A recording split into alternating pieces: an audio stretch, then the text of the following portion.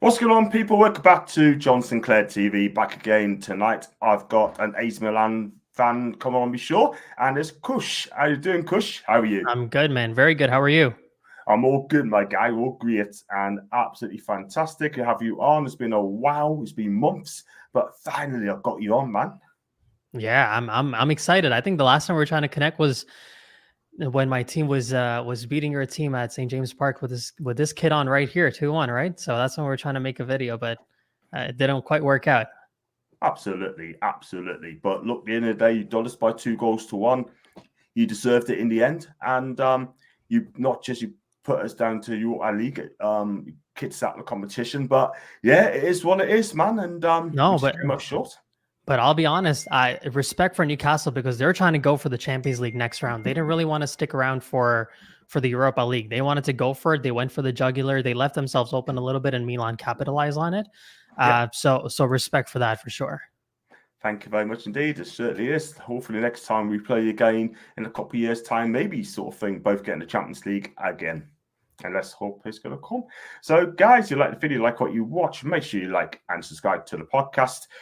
Super chat if you'd like to do for the thanks option, that'd be amazing. And if you're new to the channel, hit that subscribe button. Do follow Kush Football Kush as well. Right, we're going to talk about Malick Thiaw, if I pronounce his name correctly. And Perfect. You nailed it. Thank you very much. And plays for AC Milan, and he came from Schalke, and a German player as well. And we have been linked with this guy between 30 and 40 million quid, and it's quite strong, according to Gianluca Damasio yesterday. That just put out a report saying that we're after him. So, Kush, can you tell the Newcastle fans, right, what is he like? And just give us a rundown on this guy. Honestly, with Malick Thiaw, it's been a story of 2 seasons for us as Milan fans. The first season, we didn't really expect too much. I mean, I don't know how much detail you want to go into, but he was essentially recruited one of the last signings made during the Paolo Maldini tenure at Milan. Maldini, considered one of the greatest defenders, for me, the greatest defender of all time. Had a knack of signing good defensive players to Milan. He brought Theo Hernandez on. We see what he turned into for the French team. And one of the quieter signings that he made in his final season was of Malick Thiaw, joined from Schalke. I think Milan paid somewhere around maybe 8 million for him. Don't quote me on that. It's maybe a little bit higher, maybe a little bit less than that, but it's somewhere around that mark. And he was sort of just in the fringes. Milan was off of winning a Serie A title, so they had Fikayo Tomori and Pierre Kalulu as center backs. So we thought him to be more of a backup option. Suddenly, during the season, Pierre Kalulu wasn't, playing his best, had injury issues. And they inserted this player into the game. I still remember there was a game against Verona. And Malick Thiaw comes on. A lot of Milan fans didn't even know who he was. 2 consequential blocks from this guy. A young talent, completely fearless, makes 2 incredible blocks. If it wasn't for him, Milan would have definitely lost that game. I believe a game later, or maybe 2 games later, the exact same situation. Comes off the bench, 1 consequential block that gave Milan the 3 points in a game. Now suddenly all of Milan fans, everyone's eyes open. Hey, why isn't this guy starting instead? Why is he coming off the bench? And that's essentially what happened. There was some injury issues, some form issues that inserted Malick Thiaw into the Milan starting lineup. And he showed really good quality in his first season, partnering up alongside Fikayo Tomori. Milan in general defensively wasn't as good, but he himself put in some good individual performances. He's tall. He moves well. He's an aerial. If there is a player that offers an aerial threat, he can neutralize that fairly well. I believe there was a match against, I can't remember who Milan played, but they were playing against Lukaku in that match. I must have been against Inter.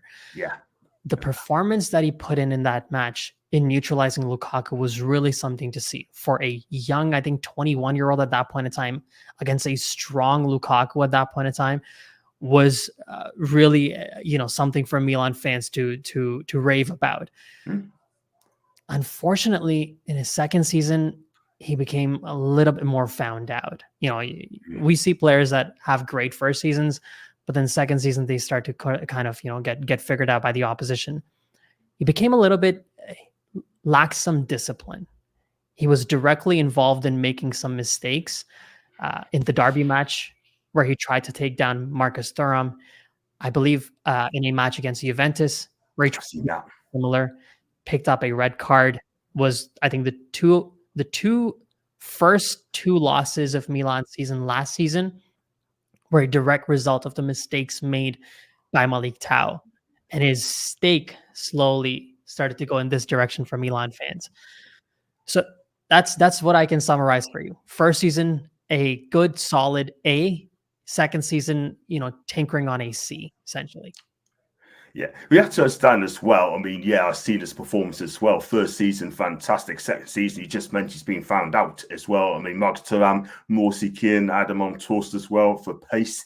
We know this lad is young and he's just growing as well. Do you know what I mean? You're talking about a 21, 22-year-old defender here. Yeah. If he was 28, 29 and he performs like he did, then there'd be problems. But for me, I think he can go all the way. I think he's got time to mature. He's got time to progress and to learn as well under a quality manager in Eddie Howe if he does come to Newcastle United. So the Premier League, I think, will suit him more. What do you think of that one? I think you're right. I think football fans in general are, guilty of sometimes looking at a player and putting them on a pedestal too quickly. And if they don't perform well enough, bringing them down too quickly as well. So I think at this point in time, the jury's out essentially on Malick Thiaw. We have to see what he's like. You're absolutely bang on right there. That if he was 28, 29 and performing like this, you would be able to write him off maybe a little bit easier. But right now, he's making the mistakes that a 21-year-old makes. He's doing the right things that a 21-year-old should be doing starting at Milan. So I'll give you that. I think we still have to wait to see. And I don't think that would necessarily be a bad move for him. I just don't know if the move actually happens, to be quite honest.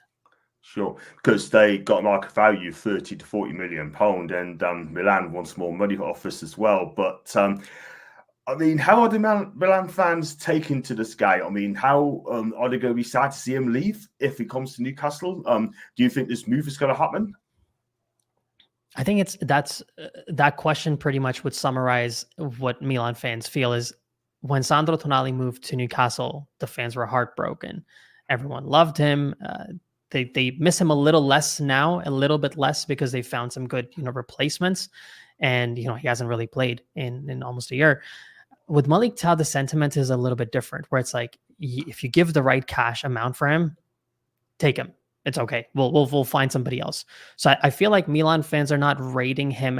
I'll give you an example. There's a player by the name of Giancarlo Simic that this morning, actually, maybe just a few hours ago, if your viewers look into him, was sold by Milan for 3 million euros.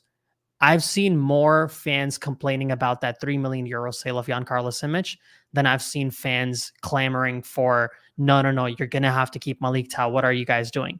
Fans are more open to the idea of Thiaw's sale, where they're saying, if you get the right price and we can reinvest it back into the transfer market, we're okay with that. Yeah, because after the Salzburg guy, Pavlovic, I believe, Serbian international, I mean, that could be a done deal. Honestly, with Milan, man, nothing's really a done deal until it's a done deal. They are very slow negotiators. They take their time. They try to get a deal anywhere that they possibly can. There are a lot of profiles that Milan's being linked with. Yusuf Fofana of Monaco, Strahina Pavlovic of Salzburg. The list goes on, and everybody seems to be almost at Milan, but it hasn't quite happened yet. But I think that if they were to sell Malick Thiaw, they would be able to fund the Strahina Pavlovic move a lot easier as well. Yeah, absolutely. We'll talk about strengths. A lot of Newcastle fans is asking me and see that what else is strengths, is strong points on the pitch, because obviously we'll come here from you because you're a Milan fan, and I do love Italian football as well. But for me, it's quick. He's got aerial duels being fantastic, 44% of aerial duels won. And he's so good in the tackle as well. First season, like you said, amazing. Yeah. Second season got found out. Yeah, it's a shame.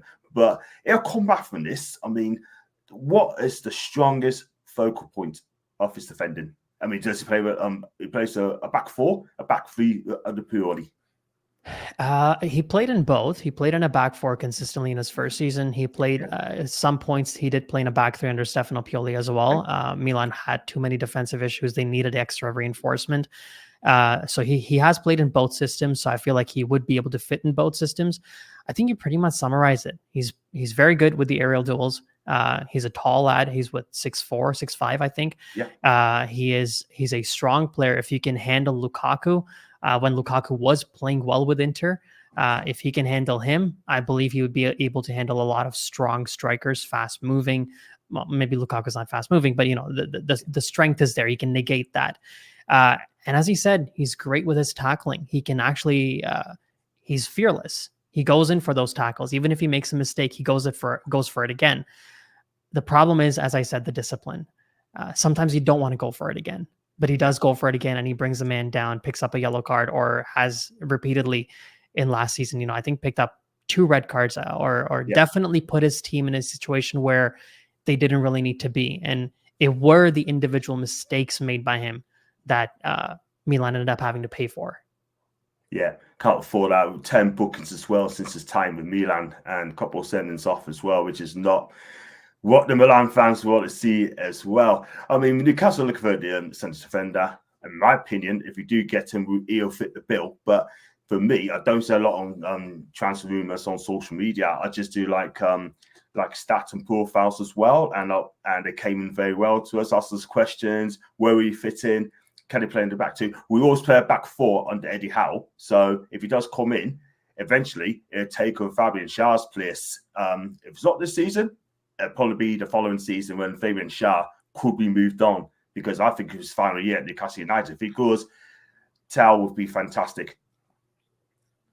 Yeah, would he link up with Sven Botman then? Yeah, 100%, 100%, because Jamal Lascelles will be on his way, I think, and also Dan Burn would just probably be around, but it won't be a first choice. But for me, going forward, it'd be Botman and Thiaw.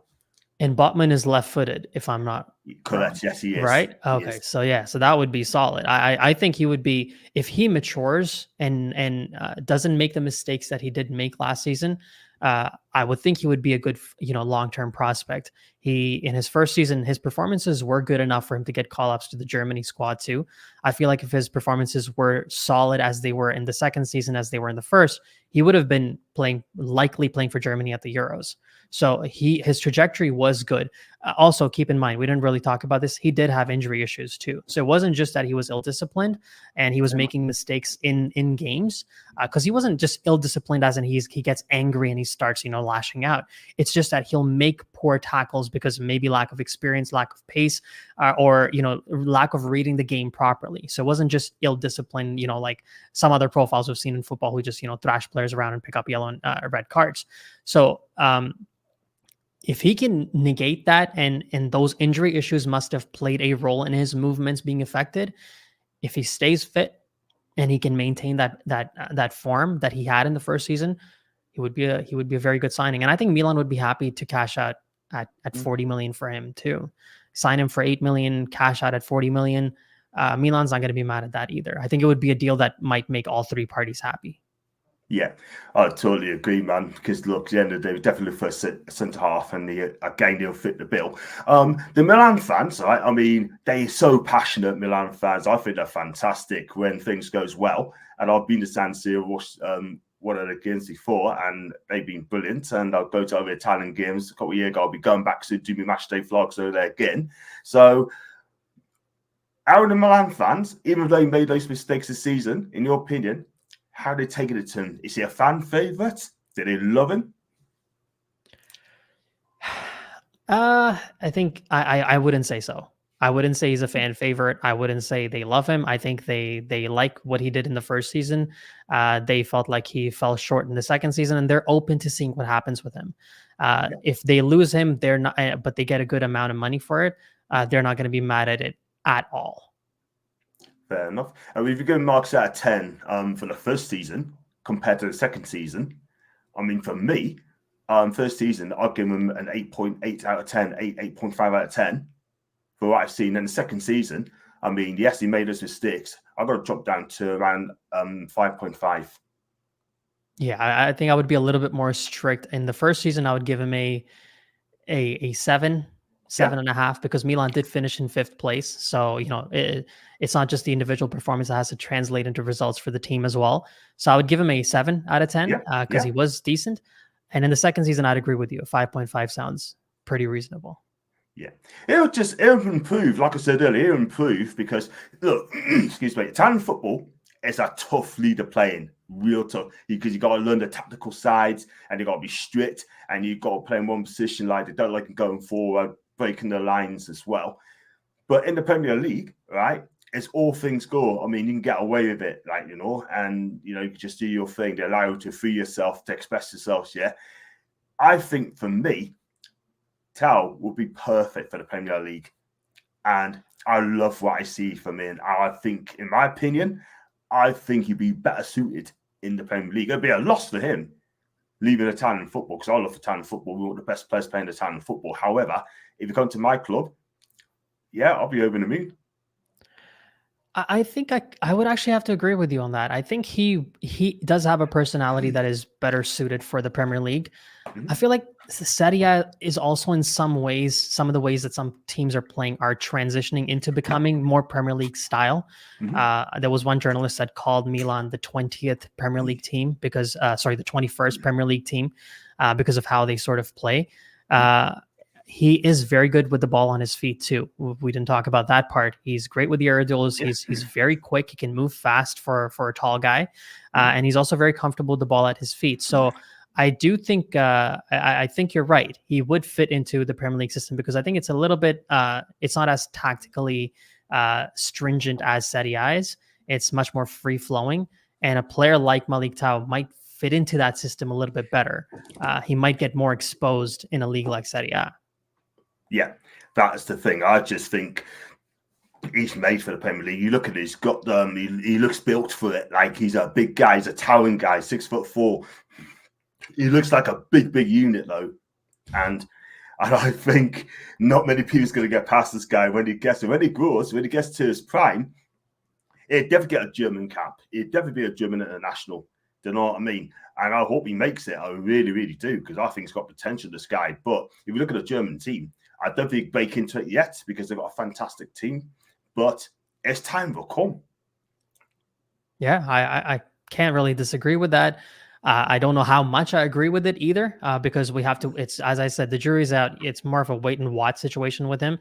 Is the potential there? Absolutely. There's no question about that. You can't put in the performances he did in the first season and be, and be seen as a player that doesn't have potential. You clearly do. You've shown it. It's now about being able to stretch it out. He couldn't stretch it out last season, but again, injuries did play a role in that too. So you never know. Yeah, exactly. He has played against top players, against Bellingham, Erling Haaland, Harry Kane, even Jadon Sancho as well. And you mentioned Lukaku. I tell you what, I mean, I think he's done well against them from what I've seen of him. And you know what? He did. And I think he'd be an asset. So I think Newcastle fans, for me, will love this guy because he seems like all action and all power, quick. We do need a quick centre back. And do you know what? I mean, it'd be sad to see him leave Milan if he does leave Milan. But what can you say? I mean, I think you look at Milan team at the minute, you got a good team there. You got Loftus-Cheek, he's been playing well. Tomori, I would have loved having at Newcastle as well. I mean, he speaks fluent Italian as well. And you got to make it a good team there. Tio Hernandez, you got Milan. Hey, Milan is turning into a very different team than what it was 5 years ago when we hadn't made the Champions League in 7 years. Milan now has the starting goalkeeper for France, the starting left back for France, and Theo Hernandez, goalkeeper, and Mike Maignan, the goalkeeper of the tournament for the Euros. They have a player like Rafael Leao. Fikayo Tomori plays well. Pulisic last season had 20 plus goals, so he's looking in good form. So they're definitely building a foundation there. Now it's just about how much can they build on top of it. The foundation is there. It's been laid. The management has to now do the job in building on top of it. And they finished second last season, so they definitely have something there. Absolutely. I mean, it hadn't been Inter Milan. I mean, Inter Milan's been fantastic again under Simone Inzaghi. I know you're gutted, but look, end of the day, you knock them off. AC Milan win that title. Do you know what I mean? Oh, But they're too strong a side in the Milan. You look at them, yeah? They're too strong a side in the Milan. You look at them, yeah? They spend them well. Lautaro Martinez as well. He's been fantastic. Yet again, Marcus Thuram, I mean, getting the goals this season, quick and powerful, yeah? And you got Dumfries getting better at win back. Do you know what I mean? But look, you got some players. They got some players there. And yeah, it's going to be very difficult. it's a good problem to have. The two Milan clubs were tinkering on complete collapse for years, for almost 10 years, and now they're both, winning the title, switching turns and winning the title. And you can't knock somebody for playing good football. They're by far the best team last season. They were my pick to win the title. Inter Milan was, and they won it because they were the best team. Let's see what happens next season. Hopefully, if Milan can make the additions that they're reportedly going to make, I think they'll be back pretty strongly too. But you're right, Inter's the best team in Serie A for sure. Absolutely. Won't be too long now, but just a few more questions as well. I mean, who do you think is going to win your Scudetto this season? I mean, you've got some teams there. I mean, Atalanta, for me, will push on. I think they're going to give it a right go. Roma will give it a right go. Juventus under Thiago Motta will give it a right go this season. Do you know what I mean? But I think the Serie A is going to be very, very open this season. You're looking at big changes there. I think it's so exciting to watch. Bologna in the Champions League, I think they're going to enjoy it. I don't think they'll go far, but I think they're going to enjoy it. And you got the promoted clubs. Parma's good to see Parma back. Valencia as well. And one thing I'm going to mention as well quickly is Como. I mean, they got Rafael Varane as well. They're spending. Cesc Fabregas. They're looking for that side to stay up. I think Como will surprise a lot of people if the signings they made, but a lot there as well. Yeah, I'm impressed with how much you know about Serie A. That's really impressive. But yeah, you're right. Absolutely. I think right now the bookies have Inter as favorites, Juventus as number 2, Milan as number 3. Can't remember who came after them. I think I'm gonna reserve my judgment till the end of the transfer window, because if seeing some of the names that Milan is being linked with, I think they might have a better chance than Juventus. They might be second place. But if they can really pull off some solid moves closer to the end of the transfer window, or how we would call it, the mercato, I think Milan could also be one of the favorites to win it all. And if they're in second place, essentially they are one of the favorites. So I think that's true. Como is an interesting profile for sure. It's incredible. The place is incredible. The players, half of the players probably just want to move there because it's like a dream to live in, and you get to play football as well. All of these players are reaching the retirement age, so I think it's perfect for them. Serie A is going to be really competitive. You forgot about Napoli. Napoli's also going to be pretty good next season with Antonio Conte coming in. It looks like Lukaku might be joining. Osimhen might be leaving, but they're going to reinvest that 100 million hopefully that they get from that sale into the transfer window. So it's going to be good. Serie A is going to be fun next season for sure. It's going to be fun. It's going to be so fun. I think Napoli's going to come very close on the Conte if he gets the players that you want. I'm amazed he's gone there. I don't think those two are going to get along, him and De Laurentiis. I think those two are going to clash along the way. Lira or the Mercato, and as well. Just you just got to do it, haven't you? But it's going to be kind of fun between Conte and De Laurentiis. It's going to be kind of fun, but for sure. And like I said, go back to Como quickly as well. I think Como will be mid-term on the Cesc Fabregas. I think Como is going to be fun. They're going to have a fun time. You know what I mean? And Parma's going to be our guest, but it's anyone's game. So just to wrap up the show, Malick Thiaw, if it comes to Newcastle, will he be a success? And also, will he make the Premier League? Will he be good for Newcastle United? Sorry, I didn't hear the last part. Can you repeat that again? Would you say that will it be a success story, Malick Thiaw, if it came to Newcastle United? Or are you gonna do you think he's gonna be good for Newcastle United and the Premier League? I'm hoping he'll be more of a success story as in his first season as Sandro Tonali has been. But I would say I think he has the potential to be. Yeah, why not? I mean, he's a good player. He seems to be passionate about Milan. I think he has the right profile and has the right technical abilities to be able to become a good player. It's just, can he execute it and can he adapt to a different league? These are all question marks. Let me just say, do I hope he does well in Newcastle? Yes, I absolutely do. I like the guy. Fantastic stuff. And listen, thank you for coming on, Kush. It's been absolutely amazing. I know you're a busy guy, and You know, it's just been a while to get you on, and I'm just so blessed to have you on from Milan's perspective as well. I do love chatting about Serie A as well, and for me, it's the best league in the world. I know people's going to disagree, but I say it's the best league in the world. And where can people find you on your socials and your channel? That's right here, Football Kush, YouTube, everywhere. Really, just type it up and you'll see me there. Bosh. And the links in the description, guys. Do subscribe to Kush's channel. It's fantastic. And he is Italian football god as well. Loves the Premier League as well, of course. Don't go away. I'll be backstage very, very quickly. So, guys, if you like the video, like what you watch, are you impressed? Do you believe in yourself on Malick Thiaw? Do you feel comfortable that if he comes to Newcastle, he'll do a good job? And will he slot in our back four as well? So, guys, like and subscribe to John Sinclair TV. Numbers going up as well. I'm going to Japan in a couple of days' time, and I'm buzzed for that as well. So I'll be going there for 10 nights. I'll be doing my vlogs, so keep your eyes peeled for that. And thanks for watching. And as always, leave a comment in the section down below. And as always, you take care, guys.